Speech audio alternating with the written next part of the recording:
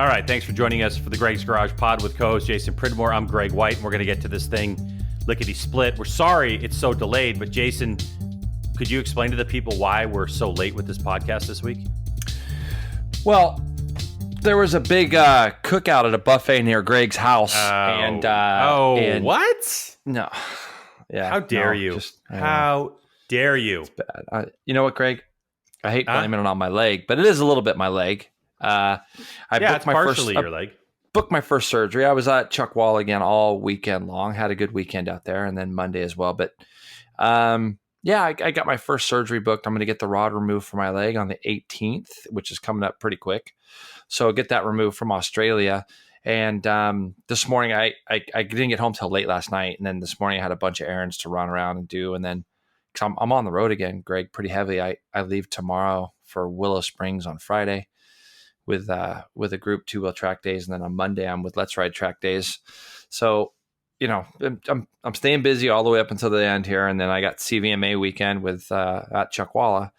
So I'll be going out there the following week for basically 5 days. And I literally leave from CVMA race round 3 on Sunday night. And I'll be going straight to a hotel near the hospital that I'm going to get my work done on Monday. And then I'm going to just recover for, you know, a little while after the rod gets removed. And then I have my next surgery planned for sort of mid-December. So thanks for being patient with me and doing this late at night your time. No, it's fine. Anything else you want to say? Anything New England Patriots? You want to get this out of the way now so I don't have to hear about it? Huh? No. We knew your team stunk because they haven't really played anybody good. So now they did. Now we know. But you know what'll happen? It's all still going through Foxborough. They'll still be in the Super Bowl. Where's it at? Miami this year? Are you going to go? Is it Miami? Where's it at? Oh, I don't know. You don't have tickets yet? I figured you'd probably already got tickets. I can't afford it. You kidding me? I do a podcast. It's free. It's free entertainment. We don't get, you know what I mean? Come on. What are you talking about? No, I know. You know what I mean? When you're a Z-level celebrity like I am, Z-level. Okay. That's not true. It's not true. Hey, you want to hear something great? I'll tell you something. I'll make you feel good. All right. And he's going to listen to this, so he's going to know who we're talking about. But I met Daniel this weekend at CVMA. Good dude. Great guy. He loves our podcast. Loves it. Came into the garage. We had a nice chat. Rides an R6. And anyways, the first thing he said was how much he loves the podcast. His wife and him listen to it. So Daniel, made my day. Thank you very much for coming in and introducing yourself and saying hi. But Greg, it's really funny how many people come up to me. I'm obviously at the track a lot more than you are right now, especially because of all the schools and stuff. You know, you've been riding again, but I mean, it's true. I'm jealous, I'm on the track all the time. Jealous. Yeah. I know. I'd like to be on the track. So many people come up and talk to me about the podcast. So thank you everyone for really listening. Nice. Daniel Absolutely. and Daniel's wife, thank you for listening. We appreciate it. Yeah, so for sure. All right, so we won't dilly-dally anymore then. We'll just get right into it, JC, because there was some MotoGP action at Sepang over the weekend, and it was interesting. Let's put it that way. Very, very interesting. Some great stuff happened. I'm going to go over the race results. Maverick Vinales, 3 seconds over Marc Marquez, who came from 11th on the grid. Andrea Dovizioso puts the Ducati on the podium. Valentino Rossi, just 0.3 of a second behind Dovizioso. That Yamaha is slow. Newsflash. Alex Rins in 5th, Morbidelli in 6th, Quartararo in 7th. There's a story, poor guy. Jack Miller in 8th, another story, poor guy. Petrucci in 9th, Joan Mir in 10th. Long lap penalty. Pol Espargaro in 11th. The KTMs and the Aprilias just could not come to grips with the Sepang racetrack this weekend. Past weekend, Bagnaia in 12th, Espargaro Aleix in 13th. Jorge Lorenzo in 14th. That's 2 points for him. Mika Kallio, the test rider, Johan Zarco fill-in 15th. And then Hafid Sirene, local rider, in 16th. Carol Abraham, 17th. No Johan Zarco. He got cleaned out. No Cal Crutchlow. No Andrea Iannone. All right, Jason, where do you want to start? You want to go all the way back to practice before the weekend, for the race action stuff? Do you want to talk race action first? What do you want to talk about? Well, I think, you go back and the practices and stuff are what they are. It looked like Yamaha was going to be dominant all weekend. Obviously, Quartararo was very quick again. I think that some of the stuff that went on in qualifying, I think is more of a talking point. Watching Marquez more or less, there's times when you're looking to get a toe and this and that, but I am I wrong, Greg, in thinking that Marquez he's so much better than everybody else? Honestly, I really believe that. And I know Vinales won by 3 seconds, but he's always going to be first, second, or third. The consistency is there. Well, in this year, it's always first or second. So, yeah. But I'm saying, I just don't, there's mind games that you can play, and I get it. And then there's just, I don't want to use, I don't know. To me, it just seemed like such a waste of time for him to be screwing around with Quartararo. And I thought it was really interesting that it came out and it bit him as bad as it did. Just luckily, he didn't get hurt. Very happy he didn't get hurt. That was a big high side, especially off deceleration going into that left. But it was the whole outlap. He's just kind of, I guess the word would be harassing. And I don't mind a little bit of that here and there, but it seemed pointless and stupid and really almost kind of childish, just the way he was doing what he was doing. And I've seen people comment on, everybody's out there looking for a toe, and now Marquez do it. He's getting criticized. It was a different deal this time, though. He was trying to get a toe off the back of Quartararo. Fair play to him. That's no problem. But after a little while, it just gets to the point where it's like, man, let's just get on with it. And to be fair, Quartararo was already on the front row. And if you remember at Silverstone earlier this year when Marquez had pole position already, he didn't want to tow Rossi into that lap. Remember all the games that were being played? Yeah. And it's like, at that point, Marquez held all the cards because he already had pole position. So why try to go faster and tow a rival into a lap?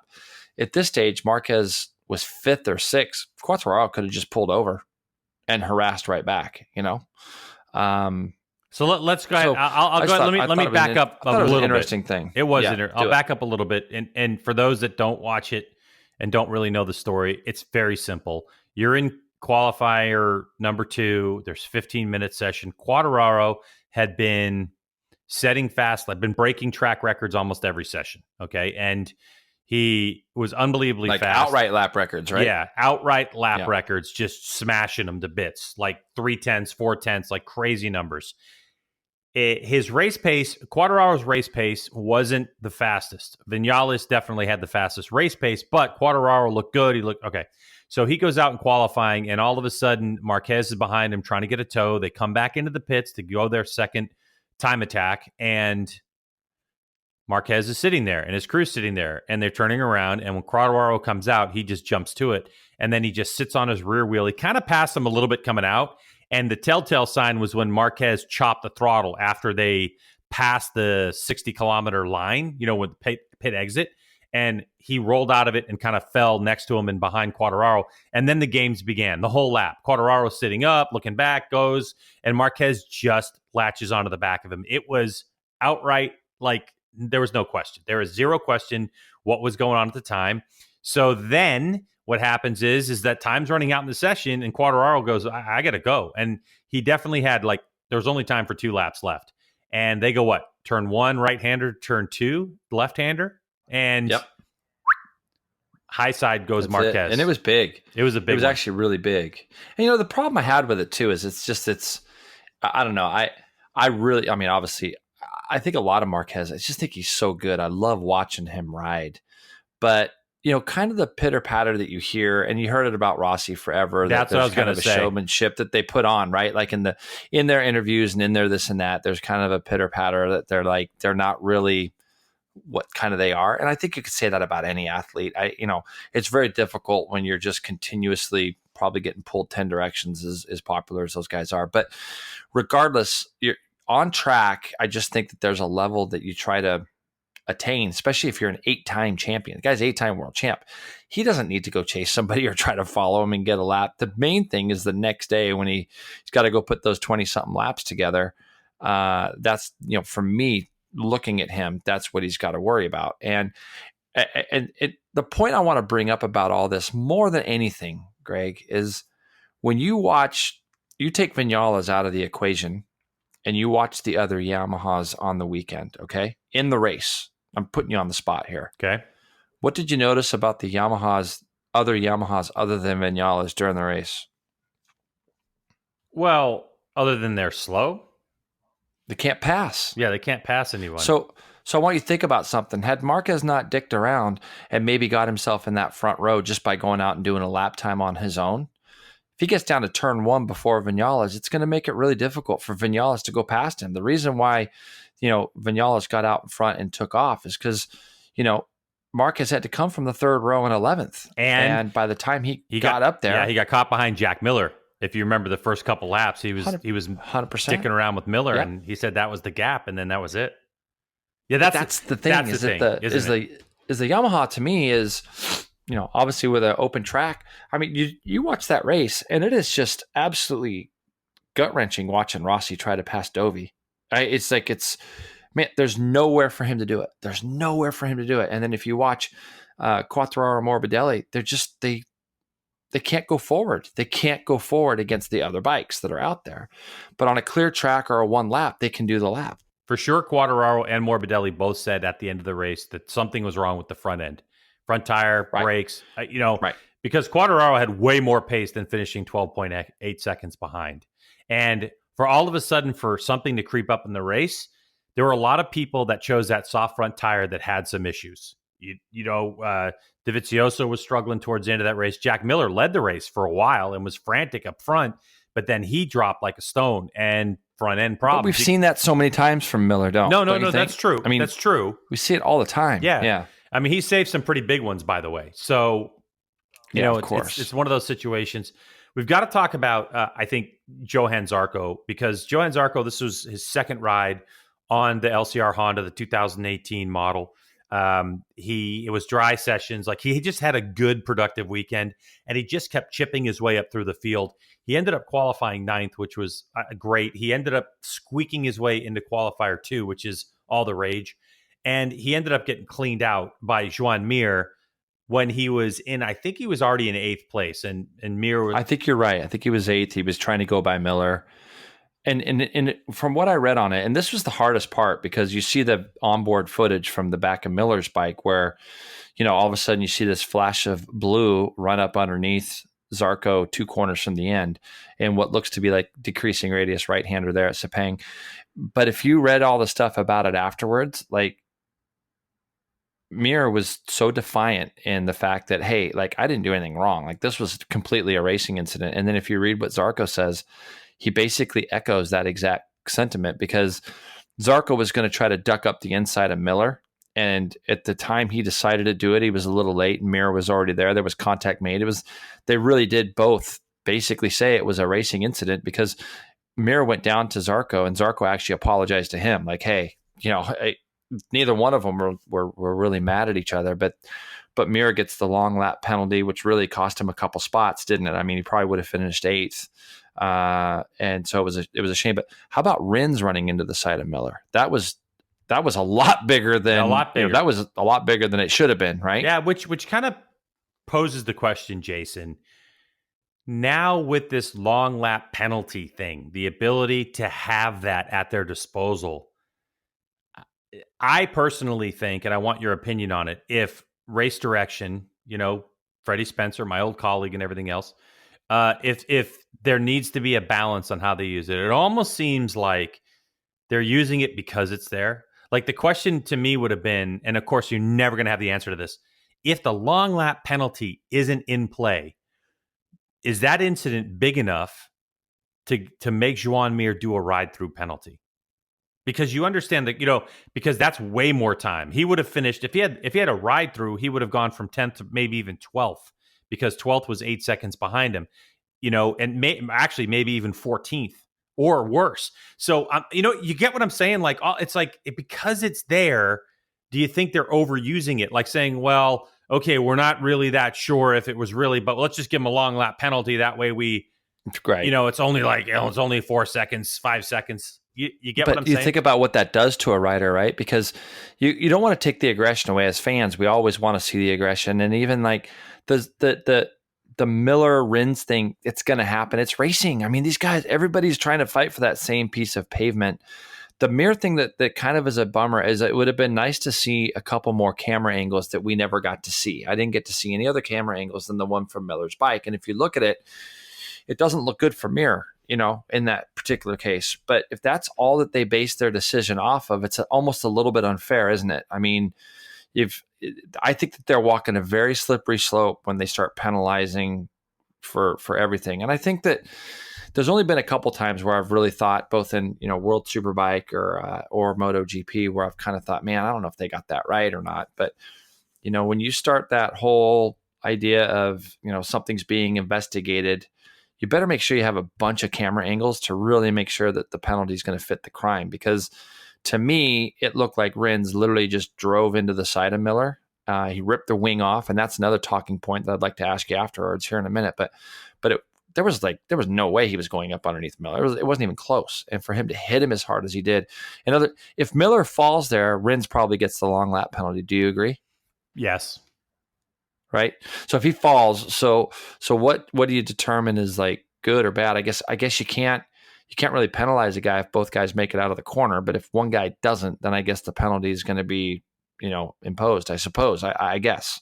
And when we're basing that off of the fact that Zarco did hit the deck when they collided. Exactly. When they collided, he goes down. So Mir gets a long lap penalty. And I just think, like I'm saying, because it's there, they're overusing it right now. I think that there's got to be. What if you, Greg? What if you had a guy or somebody really go and do the long lap penalty at some sort of pace in practice or qualifying, so that you have like it's going to cost you 5 seconds, let's say, right? Let's just say it's a 5 second long lap penalty. It's going to take an extra 5 seconds and add it to your lap time. When you have something that's a bit of a gray area, like, don't you think it would have been really interesting had, let's say, Mir finishes that race and he ends up 8th, and Zarco comes over and goes, "Hey, it was a racing incident. He didn't do anything wrong." And Mir goes, "Hey, here's my side of things, blah, blah, blah, blah, blah." They go, "Okay, we're glad we didn't give you the long lap penalty. However, if Zarco comes in fuming and Mir says, 'Yeah, I made a mistake,' or blah, blah, blah," then you impose a 5 second penalty of whatever the long lap could have been. I think that in a race, especially with 3 laps to go, guys have been out there all race long. They're fighting for positions. And if nobody in the race actually felt like Mir did anything too horrible, he got penalized for no reason and just went from 8th to 10th. I don't know. Yeah, I just think that it's a tough thing to solve. There's got to be ways that they can look at it. Right, we've been through that. And then if you move that incident to the front of the field, you're 4 laps to go in the race, and you have first and second battling it out like that. Are you really, after an aggressive move, like, which turns out just to be a race incident, if let's just say that happened between Maverick Vinales and Marquez, and Dovizioso is 5.6 seconds behind, right, and the long lap penalty is 6 seconds. Marquez gets into Vinales. Vinales hits the deck. They go long lap penalty for Marquez, leading the race. Dovizioso ends up going by, wins. Vinales comes in. Marquez comes in, and they both say, "We're not angry with each other." Now it was a racing incident. There comes a point where that's what it's. Man, we've talked about it over and over on this show that we have seen more contact in the last year or two in all forms of motorcycle racing everywhere you go. And it's because the racing is so close, and that's the reality of it. And you're dealing with young guys. Yeah. You know what I mean? You're dealing with young guys. Everybody's hungry. You got egos. You got people that want to win. I mean, speaking of that, I mean, like, I think it'd be unfair of us to just brush over the fact that Vinales was as dominant as he was. It was great, wasn't it? It was great. And Marquez's start, I laughed because everybody was making just this gigantic deal about how great Marquez's start was, and it was incredible. But Dovi came from the same row and was actually ahead of Marquez. That was what was even crazier, because he qualified 10th and Marquez was 11th. And if you watch on the replays, that everybody was talking about Marquez. I'm thinking, well, you guys, Dovi came from the same row and he's ahead of him, so he got a blazer as well. It's a little Marquez focused series right now. You know what I mean? I mean, there's no doubt about it. But the funny thing is that post race, in the interviews, not the ones in Parc Ferme, but they do another set of interviews where they sit him down and the press, and someone asked Dovizioso about that. Like, hey, you got a great result, and is this, you haven't gotten the greatest starts, Desmo Dovi. You haven't gotten the greatest starts. Is this it? Have you guys fixed the problem? And Dovi, without hesitating, goes, "No, it was the straightaway." And everybody's kind of stunned. And he's like, it's a good launch system. The Ducati's fast, and it's a long drag down to turn number 1. That's why I got such a good start. And I was like, bravo. But you're absolutely right. And I think there's some truth to that for sure. I mean, obviously, but he he got that thing off the line for whatever. He got it off maybe the line. He doesn't have the problem solved, but there he's got that thing off the line, and he got the thing wound up, and Jason, he was well on his way. Listen, you and I have been through this as me being a rider and you being a team owner, I guess you could say. When we were at Laguna Seca that one year, blah, blah, blah, had a crappy qualifying, and you go, dude, just go around the outside. Everybody's going to bunch up on the inside and blend in. Marquez went back and watched his worst qualifying from Italy in 2015, and he looked at the start he had. So he famously said that, like after the race, like I went back and looked at wherever they were, Mugello in 2015, and one of the things that he had in his mind was here at Sepang, if I just go up the inside, everybody's going to kind of drift a little bit wide to take the corner on the brakes. They're going to bunch up, and he just shot up the inside. So it was using his brain away from the racetrack that got him a strategy that said, okay, great, I'm going to get a good start like I normally do on the Honda, but I'm going to get a better start because when people hit the binders, I'm going right up the inside. And if you look at that critical moment when he did that and the lane kind of opened up right on the inside of the track and he's kind of hugging the inside curbing there, he made up 4 spots just from that one move. It's amazing. And I was like, that's a champion. Racecraft, that's racecraft, 100%. Yep. That's racecraft. That's exactly what it is. And, he's just so good. I hated seeing him crash the way he did. I just didn't think it was a necessary thing for him to do. Because I think the whole time I'm thinking to myself, if he'd have got out in front early, I mean, look, even if he got off the line with Vinales early, who's to say the first or second lap he doesn't go by him on one of the straightaways? He just never got close enough to where he could close that gap in, and Vinales had it his own way and just rode amazing. I guess looking back down through like the order of things, there was nothing really that clicked out. Lorenzo to me it's just become sad. And I read a couple things that he still has some concerns about spine injury, back injury. And I think that I said it on last week's podcast that he's got to still be hurt, because when you read some of his comments and stuff, Greg, it's all very positive and it's very, I got to try to do a little better, and we're just chipping away, and no desire to move on next year or retire or whatever. But wouldn't you agree that there are certain injuries that as racers that, we're willing to go out and ride with, but man, when they start talking to you about don't crash again because your back or a spine or a vertebrae or whatever the case is, there just comes a point where if that's in the back of your mind, it's really hard to grit up. If you've got a broken wrist, or if you've got a broken collarbone, or a broken ankle, or whatever the case is, but that the risks already. But man, when you start talking about back and spine, that's life altering stuff. Not just take the grid, Jason. I mean, I think it's going to affect the way that you approach every day. How do you motivate yourself to stay fit on the bicycle or run or do all that kind of stuff when or you have in the back of your mind? And that's part of I think the transition of racers. When they're young, they come in and what their perspective is in the world. And then racers get older and things happen. They get married, they have kids, they have financial obligations. Your testosterone level drops. We know that, as you get into your like late 20s, early 30s, especially around 35 to 37 years old, your testosterone levels drop, which means your aggression naturally drops. And there's a lot of factors involved in that. And I think that when that thought it's almost like a relationship. Like if anybody out there who's ever been in a relationship and there's that moment when you go, yeah, it's over. And then you just kind of you can never get that fire back. Like when that thought creeps in your head that it's over, it's over. And I think that a lot of racers have that same thing. Like if that thought creeps in your head, like maybe it's time to retire, then it's time to retire. And you'd know better than me, but I mean, I've been around so many racers that have listened to it and riders that haven't and then have been hurt trying to hold on. But Greg, what do you think the motivation is for him to be riding right now? That's the thing I can't figure out. That's the thing I can't figure out. If you're hurt, don't you think you're doing yourself a bigger disservice by going out and riding as opposed to saying, look, guys, I'm actually really, really messed up.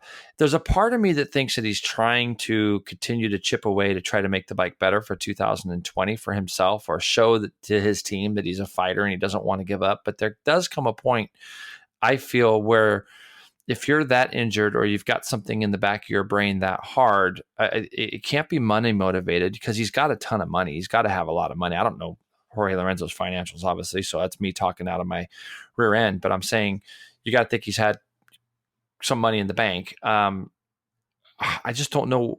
I feel like he's done his career maybe a little bit more of a disservice by riding than saying, "Hey, I'm still really beat up. I'm banged up, and I've got this spine injury in the back of my brain, and it's making it harder for me to ride." I just don't know what the motivation is there. And I think you got Zarco, who is, if you read anything and everything that Zarco is saying this weekend, you've never heard the guy so positive. He finally felt like he had his head around the Honda a little bit more. I just got to think that there's some carrot dangling there somewhere. In other words, I can't see it. I can't see it Valencia. If Zarco does as well as he was doing here, Honda just going, "Thank you. It's good to having you for those 3 races. Have a good, hope to see you land somewhere." All right, let me throw this out there then. So let's just say, for argument's sake, that Jorge Lorenzo decides to retire from racing. Okay, now all of a sudden the Repsol spot is open. Crutchlow kind of trashed, Zarco a little bit in the press after the race, and did he? What did he say? I didn't see that. It was on GP1. They didn't interview Zarco and they talked about it. So I don't have a quote right now, but it wasn't flattering on Zarco's performance. And Zarco basically commented. He apparently speaks fluent Italian, by the way. Zarco does, because he did his entire interview in Italian with a French accent, which I absolutely love. It's great. That's awesome. But basically, he said, he kind of fluffed it off and said, "Look, Cal likes to play with the media and do all this stuff, whatever." He goes, "I'm just going to focus on my program." But so the thing is do you move Cal Crutchlow onto the Repsol team, which Zarco kind of commented on and said, "Hey, Cal's been in the Honda fold for a long time. He would like to be on the factory team, even though he's getting the same equipment. There's always some type of, it's the Repsol team. You want to be on the Repsol team, Would you move Cal Crutchlow? I don't even know why I'm asking you this. I know the answer. Would you move Cal Crutchlow to the Repsol Honda team? No. And Zarco onto Castrol? You knew my answer. You're right. So I was just being a jerk about it. But no. Like, why would Crutchlow go to the Repsol team? I don't know. I mean, there's no reason.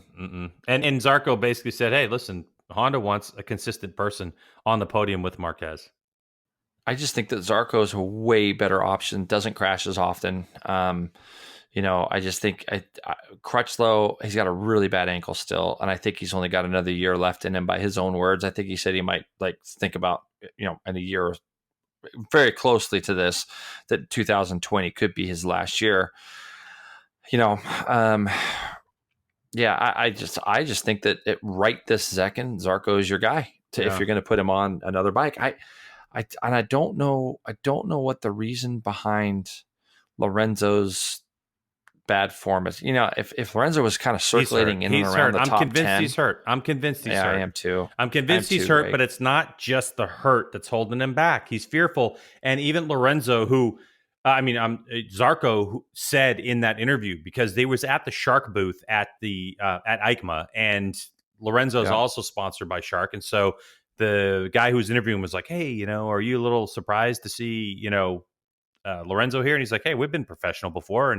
And Zarco made a comment at the end of that, basically saying, like, "I just think that, Lorenzo's afraid, and so I think, yes, he's hurt, but that's not really the reason. The reason is because he's afraid right now." And Jason, he rides afraid. Did you see Lorenzo's crash in free practice 4? No, I did not. Greg, it was crazy. It was like he ran straight at the end of turn 1, and he got out onto the, it wasn't even going fast. The guy was not going fast, and he kind of ran off the track, but he was still on pavement, on the outside there at turn 1, and he just kind of stood the bike up, ran it off, went to turn the bike, and it just high-sided him. Oh my God. Like, it just flung him straight in the air, and it was like, he didn't really deserve that. But all those little things do not add confidence to your portfolio when you're trying to do something. And every time we see him on camera, Jason, every time we see him on camera, he is not carrying the lean angle of most of the other field. Honestly, it just, you just know people that don't have confidence. So it's just a shame. It's a shame. And hopefully, we got one more weekend left at Valencia, and back home. And I don't expect he's still going to be back there where he is. I don't think anything's going to change there, but this whole Zarco Honda thing has got me a little intrigued, and I'm very interested to see kind of what ends up going. Well, last week, Greg, I made a statement, and I'm going to take it all back now. And I'm happily taking this back, by the way. I'm more than happy. But we crowned a Moto2 world champion on Sunday. Alex Marquez rode like the guy. He rode like the guy. He had been, rode like the guy that he'd been in the middle of the season. And he just controlled where he was. He ends up second. He had a lot of heat coming from behind with Luthi. And basically if Luthi gets past it keeps the championship going. It brings Binder back in. But I'll tell you, it was funny because even the commentators on the race were talking about how he rode pretty rough the 2 Grand Prix prior to it. Just didn't look like he was in the element that almost like he was just a bit frantic at Motegi. And it just, boy, Motegi, he could have thrown away so many points in the first 7 laps of that race. He just didn't look like himself. And we saw him battling back just inside the top 10 at the previous 2 races. So Australia and Japan. But at this race, I mean, he rode like a champion, didn't he? I mean, he really did what he had to do. He ends up less than a second behind Binder, who was fantastic again. Binder had made a mistake early in the race, ran wide. Marquez had got by for the lead a little bit. Binder, Marquez, Luthi, Xavi Vierge, good ride for him, ends up 4th on a tough year. Navarro, Iker Lecuona, who also had a long lap penalty in this race. Baldassari, Nagashima, Schroeder, and Luca Marini, who's been won the last 2 races. He ends up 10th. The points finishers from there were Fernandez, Buliga, Passini, Remy Gardner, and Dominique Aguirre. I almost felt like watching that race, like the best possible thing that could happen for Alex Marquez was that Binder was in front of him. It kind of gave him something to chase and pull him away from the rest of the field. Couple things I want to say. Number one, hats off to Brad Binder. When he made the pass on Alex Marquez, it was really close. Binder was still mathematically in the championship, and he did not play dirty pool. He definitely could have T-boned him or done something, but Binder looked clean. He looked like he made a good close, hey, I'm here and I'm going to take this lead pass. So I have to hand it to him. The thing about the last 2 or the couple of races where Marquez looked tight, post-race in MotoGP, Marc Marquez said some absolutely brilliant things. One of the things is, now keep in mind, Jason, his first language is Spanish, not English. Yep. And he said when someone asked him about how happy he was that Alex, his brother, won the championship, Mark said, look, it's tough being the brother of.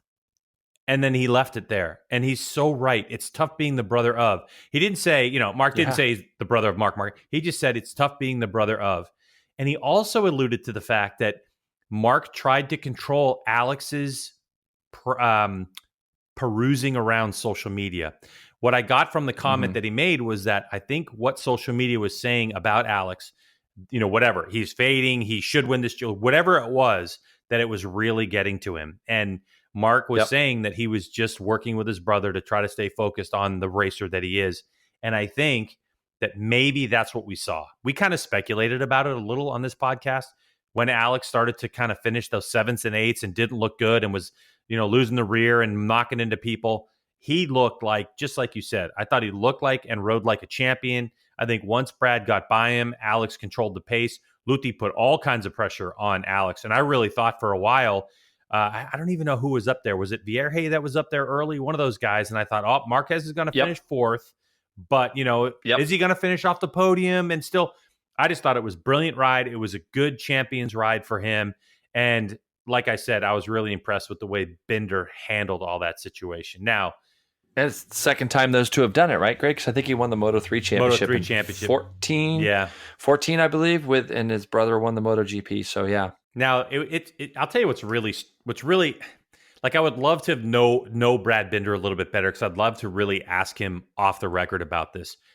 Do you see the celebration that was going on in Parc Ferme with Alex Marquez and the big dart and the dartboard and the winning shot and all that kind of stuff? Did you see any of that post race stuff? Honestly, I didn't see it. Okay. I didn't see it, Greg, because it was so late at night and I had to be up the next day. So I literally watched the end, and I thought it was cool that his brother was there in turn 2. I mean, you got to think the guy's getting ready to jump on a I was thinking the MotoGP same bike thing. I'm like, 30 minutes later, and he's jumping up and down and out there celebrating, partying and up. then he ran to for Parc that. Ferme I mean, and celebrated again. And I was like, don't you got to go That's race great. a motorcycle, bro? And he's got like a little contusion on his knee because from his high side, But anyway, the celebration was big, dude. It was really big. They had this like 10-foot or maybe 8-foot dart, and they had a dartboard, and the theme was winning shot, and they're celebrating and they're cheering and they're singing their songs, and all the while, like where they were located in Parc Ferme was, say, 7 feet away from like where the corner is, where like the corner that's out towards the racetrack. So you have people lined up. I see. Yep. And Brad Binder was like trapped in that corner the whole time. And oh no. Yeah. And I just wanted to ask him, like, dude, how do you win the race, you lose the championship, but you got to sit there. And I mean, he just had to stand there and watch it. Like he was kind of trapped in the corner. And I was just curious of what was going through his mind. And Thomas Luthi was actually the first one of the riders who came up and congratulated Mark afterwards. And then you kind of got the hint that Brad Binder was like, oh yeah, I have to go over and congratulate him too. And when he did, I thought Marquez was a little short. Now, that's just my interpretation of it. I mean, they're wrapped up in their own situation, obviously. A lot of congratulations, the world title, the monkey's off of his back. But it was very interesting to kind of watch that whole thing. And I'm thinking, oh man, I'm just watching Binder. He's got that kind of big teeth smile that he always has on his face. But I was like, that looks like a lot of pain there. But hey, look, they're done. They're separated. They're separated now for at least one season, because Binder is going MotoGP racing next year. And Jason, the guy deserves it. I mean, he's won a couple of these last races, 2 in a row now. He looks to be so on form, does Brad Binder. The KTM is dialed in. I think if you look at the results of Quartararo versus last year versus Binder and the success he's having, I think it's great that he's going to the factory KTM team. The Iker Lecuona thing, though, is interesting for a lot of people. The American Racing KTM, Jason, he's going to the Tech 3 team or Tech 3 team next year in MotoGP as the 19-year-old Spanish rider. And a lot of people are going like, why? Why would he do that? But, if you read between the lines, he was going to be on the Red Bull KTM Aho team or whatever you call it, Yep. And now they're not going to be on KTM's because KTM's pulling out of Moto2. So KTM, I just decided like, hey, we were going to hire him anyway because we like him and we think he's going to be the next guy. Let's just put him on a MotoGP bike. And he's going to be, I don't know if he'll be 19 when he starts next year, but he's going to be 19 when he's on the bike racing. And it's interesting. And born in 2000. Iker Lecuona, Jay. That's crazy. Born in 2000. We're getting old, G-Dub. Buddy. Yeah. Old. I mean, we are getting old. Let me ask you a question.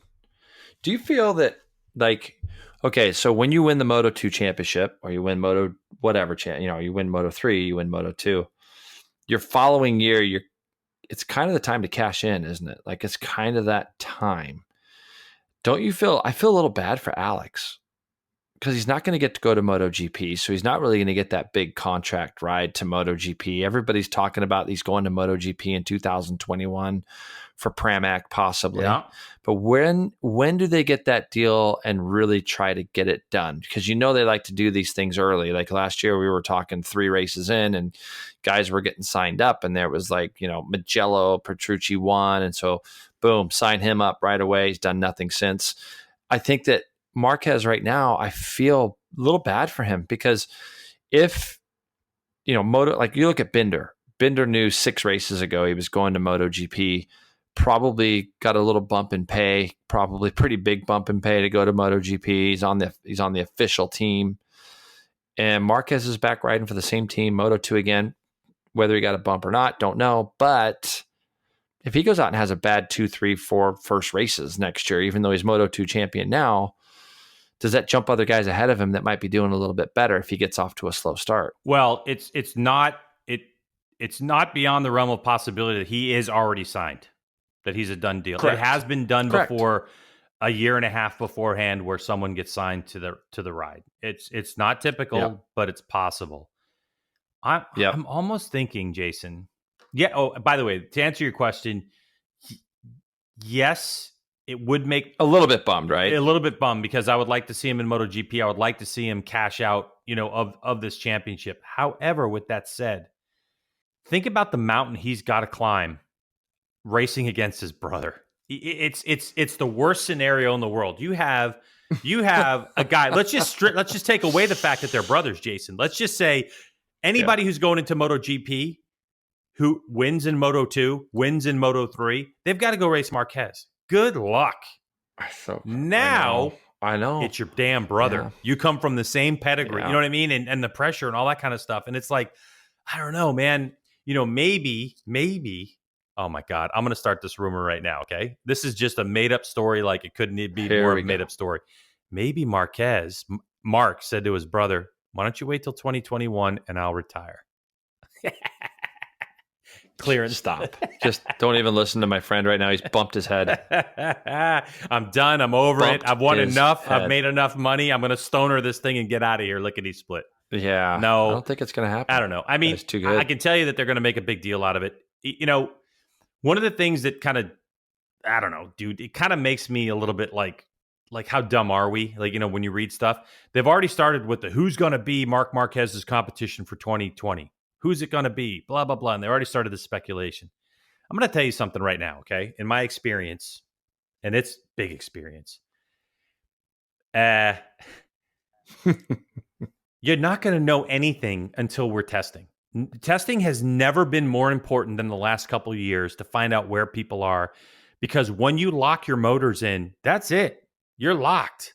That's right. You can't make changes after that. I mean, there's certain teams that get certain I don't know how is it? Did they actually change the rule now, Greg, for like Aprilia and Suzuki? Like, wasn't there like podium points and stuff that if you got so many, then you had to you couldn't make any more advances? Because we had this talk at Chuckwalla this weekend because Aprilia tried to run a 2020 motor in Japan and got their hand slapped, right? So, right. So the rule, the rule is that when you as a team.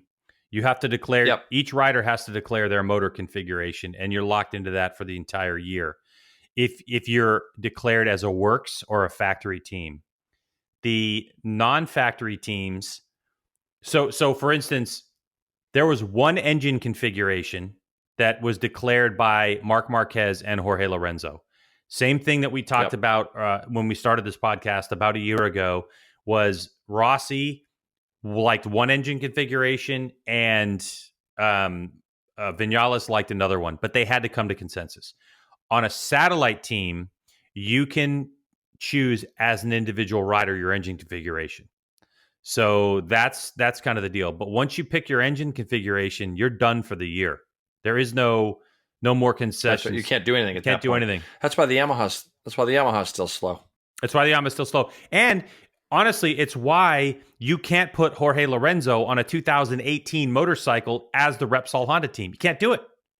Right. Because he has to have the motor he declared. So the only way that Lorenzo could have ridden the 2018 bike, which he requested, by the way, as we know now, would have been to move him to the LCR Honda team and then take, Takaaki Nakagami and move him up to HRC. That's the only way they could have done it. Right. So yeah, that's all part of the rules deal now. But yes, so that I hope that clears it up for some people, but that's the way it works. So what I'm saying is you go, who's going to compete 2020? It's like, dude, this now is up to your test fleet and it's up to rider input. I think part of why we see nobody else on a Honda has to do with the fact that when they were testing, almost everyone was hurt. I mean, Marquez had a shoulder and Crutchlow was, you know what I mean? Like everybody in Lorenzo. Yeah. I mean, so if you have a healthy batch of riders this year, you might see a more rideable Honda. You might not. It depends on how they're going to evolve it. But I don't think you can start speculating on who's going to be Marquez's competition in 2020 until the date where the engines have to be declared, and then we'll get a better idea. Because I still think if you give Rossi a competitive motorcycle, the dude's on the podium on the regular. I really do. It's just hard. I think that I agree with you. I would agree that he could be on the podium regularly. I could say that about Quartararo. I could say that about Vinales. I could say that about Dovi. At the end of the day, if all motivations stay exactly where they are, when when you look at somebody who's won 8 championships, you go like, wow, where are they finding the motivation to do it again and do it again? Is it money driven? Is it fame? Is it ego? What is it? There's nobody better than Marquez. He's just too good. Like, he's going to figure out a way to grind out a championship. And I got asked the question on the weekend, like, if right now I had to put my money on 2 riders, Vinales or Quartararo, and I had to pay one of them to come be on the team and be part of a team and this and that, who would I choose? And my answer surprised them, because I said Vinales. 100%. And the reason I would choose Vinales, Quartararo is young. He's a hot prospect. He's shown incredible pace. He's done well at races, rookie season. Give him all the props you want. But if I'm spending my money and I got to spend it on one of those 2, Vinales has shown me that he can win races. He can actually win races. On his day, he can go out and beat Marc Marquez in a race. And so that's who you'd have to go with. That's how I feel anyways. So, but it's going to be really interesting to see the different spec Yamaha that comes out, what they've changed, what they've done, because when you increase horsepower, it creates other issues and things go and like that. I know the Aprilia is all new. I mean, a race ago, Iannone was leading on an Aprilia. I would have bet my house that would have never happened. So I think going into 21 is going to be good. And we're going to have fun looking at the last race of the year in Valencia. Now, Greg, I'm going to talk to you about Moto3, and I'm going to be honest with you. I didn't get to watch it. Don't worry about it. I'll tell you all about it. All right. Tell me about it, G-Dub, because I just didn't get to see it. Unbelievable race. So Della Porta wins the race, right? No big deal. All right. 0.4. Like, he masterful. Wow. Garcia, Masia, okay. Ayugura, who, dude, unbelievable. I mean, the dude was like, my boy. He barely. Do I have to go watch this race? You have to go watch the race. I would recommend you just watch the last 2 laps. Just watch the last 2 laps. Okay. Vietti, Ramirez, McPhee in 7th, Canet in 8th, or Arbolino in 9th, Antonelli in 10th, Finati, Arenas, Salak, and Fernandez, with Ricardo Rossi rounding out your points finishers.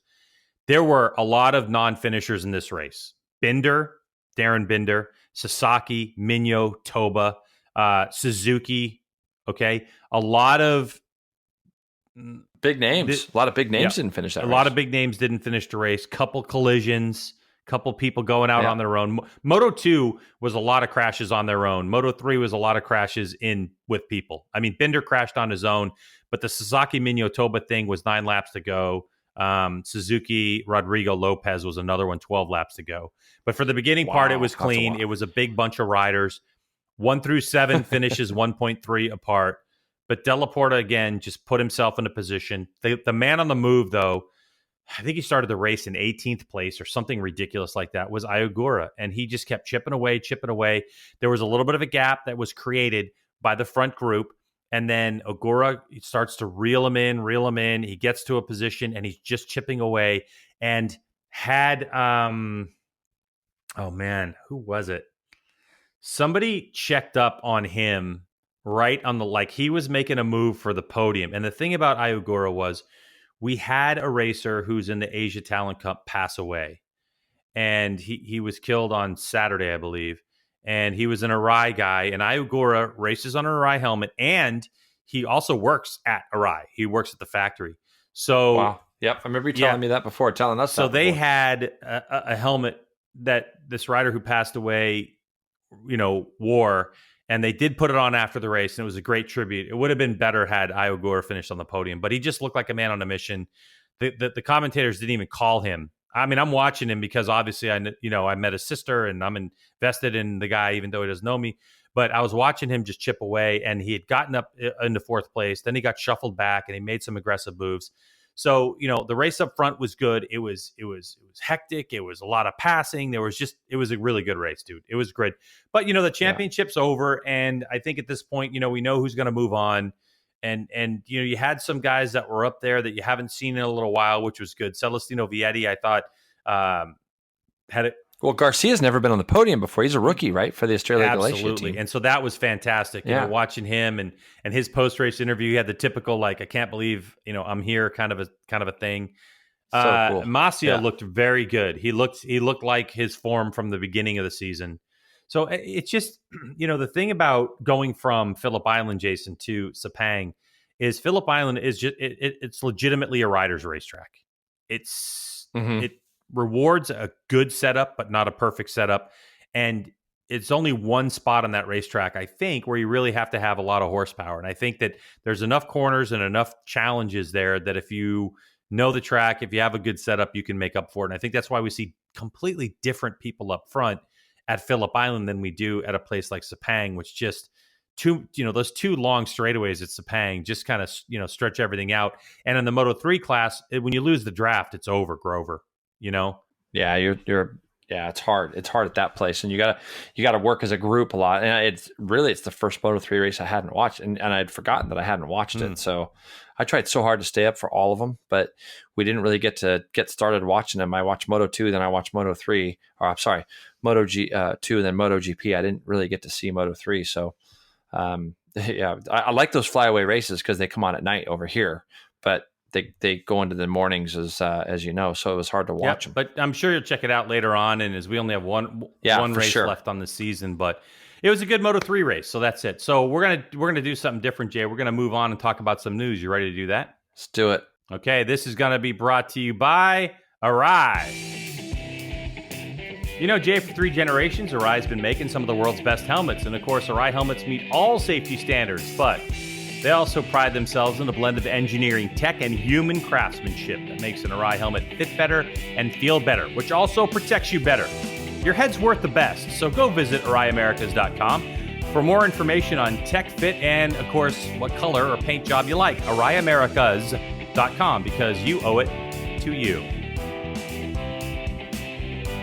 Well, we thought we'd just kind of bring this news to you, Jay, because there's so much stuff that happened. Now, let's talk about EICMA. So EICMA is like the largest international motorcycle show, which is held in Milan, Italy, and it's happened over the last couple of days. It's been going on since 1914, and it is absolutely spectacular. There's product launches, team launches, motorcycles are brought out there. And when you strip it all down, I think not just for this podcast, but I think the biggest news overall would be Honda unveiling the 2021 CBR1000RR-R SP. Now, this is a new motorcycle. Looks like a little ripper, Jay. We're talking 215 horsepower made out of this motor is what Honda's claiming.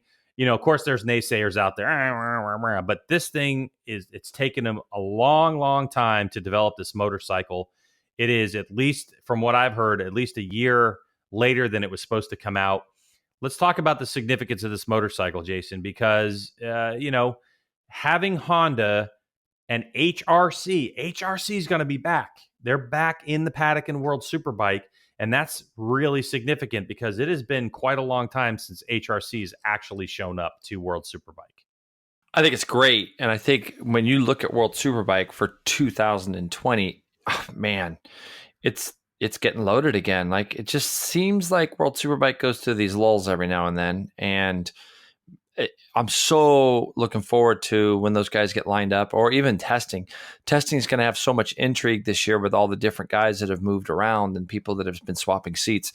But I think that you'd be crazy if you weren't excited about, like you say, Greg, HRC. We haven't seen that to any real level from Honda in many, many years. If you remember, Tenkate basically was kind of their team that they ran through in World Superbike. But to have an official team now going forward into World Superbike, and I saw little bits of the bike. Again, I haven't really got to catch up on everything, but so they have like electronic winglets and all that stuff on the bike. And I don't know if they're electronic. I don't know if they're electronic winglets, but there's winglets definitely on the bike, which is important when you homologate a World Superbike bike, because the bodywork's supposed to be similar. So those things, like the Ducati, from this year, will be integrated in. Jay, I think this is the first time HRC has been back since John Kosinski. So wasn't crazy. John after? Wow, John was after Colin, back right? With that was after Colin. Yep, that would have been after Colin. So that's been the last time. But it's so crazy, because then they went with Tenkate, right? So yep. I'm trying to think of when that started. I know in 2008, I think Checo was riding for Tenkate, and it's going to be great, and I think it should be a lot of fun. And I think that with the Kawasaki team, I saw there also at the show, Alex got to be in his new team colors. another one of our favorites, Eugene Laverty, and his new team colors with BMW. These are some of the guys that we'll probably get a chance to reach out to in the coming weeks to see their views and their points of what they feel like 2020 is going to offer them. But I think for sure the thing that stole the show for us as racing enthusiasts is the fact that HRC is going to be back in. And along with that, Greg, along with them introducing their World Superbike team, we've known for a long time, obviously, Alvaro Bautista. There was some rumors and thoughts that Leon Haslam could get that ride. And as it came through, Leon Haslam did get the job with the HRC team next year. So you're going to have Bautista and Leon Haslam now riding for the HRC team. Takahashi and a rider to be determined, I believe, Greg, on another Honda team. Yes. So, Honda's coming back full force because Takahashi is a factory Honda rider in Japan. And I mean, he was a big player this year in the Suzuka 8-hour. So, it's Honda's back in full force. And I don't think you're going to see them rolling around the back like they have been the last few years with different teams on the Honda. So Bautista's like 34, Haslam's 37. What does that tell you? Like, what does the Leon Haslam hire kind of tell you about HRC? What are you thinking? Well, don't you think really, I think what it tells me is they want somebody with experience. It kind of goes back to the thing that I talked about just now between Vinales and Quartararo. You've got Bautista, who's a race winner, who's capable of doing some things, but you've now got the guy became available who's been on arguably the best bike in the last 4 or 5 years straight is the Kawasaki ZX-10. Why wouldn't you go nab him and hope to be able to pull some information from him of what he liked, disliked, thought he could change, whatever the case is? He's going to have a bucket load of information on what the Kawasaki was, and why wouldn't you go hire that guy? I think it's a brilliant move by HRC. Don't know what the contract exactly spells out. It's probably a 1 year with an option, I would guess. I think Bautista's, I don't know what Bautista's either. I bet he's a 2 year. But you would hope it'd be a 2 year because it's a brand new bike. So. You've got to at least give them a year development. Who knows what they've been developing the World Superbike platform on, hopefully on Pirellis. But if they're developing on Bridgestones, that's a problem. So you think that they're smart enough. That's kind of why they went the Milwaukee route this year, was because they had been on Pirellis. And unfortunately, I think like I said before on this podcast, I think the Milwaukee thing, they were expecting to get this bike for 2019 and it didn't happen. So it didn't happen. And I just think that there's a lot of intrigue in this whole process, this whole silly season and how it all kind of played out. And the pieces that all moved around in the puzzle. I think it's, Greg, I think it's going to be, fun to watch. And you mentioned Eugene Laverty. Oh yeah. The first test is going to be, it's going to be the first test is going to be very, very interesting to see who's where, what they're up to. And, don't forget Garrett Gerloff, obviously on, a factory level equipment bike, and you have people moving all over the place, which is going to be great. Eugene Laverty on the BMW, Jason. I know that, we're going to have him. I talked to him today. We're going to have him on the podcast in about 3 or 4 weeks. He's doing his own podcast, by the way. If you got to search for that, it's like a one-on-one stuff. He's doing great work as Eugene. But so we knew that he's going to be on that BMW for a little while, but, are you surprised about that move as well with Eugene's vast experience on so many different machines? Think kind of it doesn't surprise me. I think he's been on the BMW before, if I'm not mistaken, Greg, 4 or 5 years ago. So it doesn't surprise me. I think he's going to go really well on it. I think Sykes did a good job this year. But I think that Eugene getting on that bike, you can just sense how excited he is about it. When you know that you're going to go ride for a team that's, the team on whatever bike you're on. If it's a Yamaha team, you want to ride for the factory team, and he's got an opportunity again to go prove himself on a factory team with BMW alongside Tom Sykes. So, those two should work well together, I would hope. And, I'm pumped for him. Hopefully it's just another piece of that puzzle. It's like, where are all these guys going to fit in? Ray and Lowe's on the Cowies, and Bautista, Haslam. It goes on, and this list goes on. And how about Leon Camier? He's going to be on that Ducati next year. There's just a lot of different moving bits that are going to be interesting to see how they play out. Yeah, hopefully people will make it more accessible to be able to watch it. So, Jay, the other bit of news that came out earlier in the week was the fact that Roger Penske, who if anybody knows anything about car racing, Roger Penske, he bought the Indy car series and he bought Indianapolis Motorspeedway. And there was a lot of chit chat about what does it mean for motorcycle racing in the U.S., MotoAmerica stuff. And that, I reached out to Chuck Axlin, COO or whatever of MotoAmerica. And I just kind of briefly just text him and say, hey, is MotoAmerica still on? The way that I read the article was nothing's going to be actually signed, done and dusted until I think mid-January. So obviously Chuck's like, well, I don't know anything. But one thing Chuck did tell me is that he said, I asked him specifically, like, is MotoAmerica still on? Or is MotoAmerica not going to race there because of this? And he said, not that he knows of. And he reminded me that Roger used to have interest in motorcycle racing back when they did the FUSA series, when they, like Chuck and those guys used to run 500s occasionally in the Formula USA series. And they used to have him, Roger Penske used to have him come and do exhibition laps at a few of the car races that they were attending and the ones that he promoted. So we know that Roger... I remember that. That's funny. I do remember that. Isn't that funny? Yeah. So we know Roger likes motorcycles. And right now, as far as we know, everything's still go. Tickets are on sale for Indy already for MotoAmerica. Not a lot of people have raced there. If you think back, Jason, I mean, you're talking maybe one Kevin Schwantz school time, and then just the MotoGP racers and people that got to test the whatever that thing was, the Buell. The Buell, yeah. Yeah, the RX people meaning 1000. you. Yeah, I was there. But I mean, not many people have ridden there. So I think it's going to be okay. But the thing, just a side note, Jay, can you imagine Roger Penske, who, loves Indianapolis 500 and, has I think his driver is the champ this year for IndyCar, New Gardner. And like, can you imagine if I don't know, Trig Westby went out and bought MotoAmerica, has a team and owns a series. Yeah, it's pretty cool. It's cool, but I think it's weird too at the same time. Like, you got to own a team and the guy who owns the series racing against his team. But it's a big corporation. I mean, they have, I don't know. It is. 6,000 plus employees because it's part of that whole Penske operation with the trucks and all that kind of stuff. But it'll be interesting to see how that all plays out. Hopefully there's no big war again in the car series because we need race fans, period. You know what I mean? All the way around. There's no question. I think 2020 is really shaping up good for people that are race fans and, get your friends back involved. Cause like right now there should be some really good stuff, going next year, hopefully. And I think that the Roger Penske buying IndyCar and Indy Motorspeedway it's so cool. And especially a name so synonymous as his, to do that, I think is going to be great. And it's going to be fun to go to Indy. I'm really looking forward to going back there for that one. Couple other quick notes, Jason. The MotoGP Commission handed out some decisions, I think last night or whatever. I got an email, and one of them is that Moto2 wildcards will be allowed next year. I didn't even realize they weren't allowed this year. But let's say that a guy like Brandon Posh ends up going to the CEV race in Moto2. If he has the resources or whatever and the speed, maybe he could go wildcard in there. Also, what's interesting is that riders were complaining about the aero packages, all those winglets and everything, while they were at Phillip Island because there were so many high winds.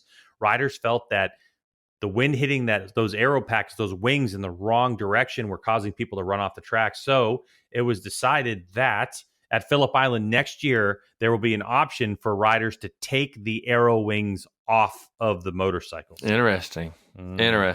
Yeah. Wow. I know you're going to ask me about the whole Rins thing, him losing that wing, and we never got around. Yeah, I was going to ask you about that. That when we were talking today, I was going to ask you about that because it really hasn't proven to slow those bikes down that much when those guys don't have it. You'd think that, my elementary thinking when it comes to mechanics and engineering, because I don't know anything, would seem to think that, having a wing on one side and not on the other, like how would that affect an F1 car or whatever? You'd think it would really affect because the amount of downforce. And maybe this is, even though I know this, that the wings are obviously there's enough proven technology behind them to show that they work, but we've seen it with Bautista this year, and we've seen it with Rins now. It didn't really seem to slow their pace down that much. No, it didn't. And I did not investigate any post-race comments from Rins because I'm sure someone asked him about it. But I think if it really was a hindrance, I would be heading down the straightaway with my right foot trying to kick, or the left foot, whatever, trying to kick the extra wing off just to balance the bike out. That's what I would think. You kick the extra wing off. They'd love you for that. Yeah, no, I agree with you though. It's like you would think that it would have a lot bigger effect. I also wondered, G-Dub, if it has something to do with the kind of track, like with elevations and wheelies and that kind of stuff. Sepang, I've never been there, and I know it's got probably a little bit more elevation than it actually shows on TV, but it looks fairly flat to me. I would think that the wings and things like that the winglets would have more of an effect of a place like coming up over the rise, up over the hill, going up out of turn 6 at Laguna Seca, going up to the corkscrew, or over the little wheelie bump at New Jersey. I think I remember Kyle Wyman saying something about like how controlled the Ducati is up over the top of that, or coming up the front straightaway at Road America. He could leave the thing completely pinned with was it Road America? Road America, yes. Completely pinned with no electronics, and he said it was astonishing because that helped to keep the front wheel on the ground.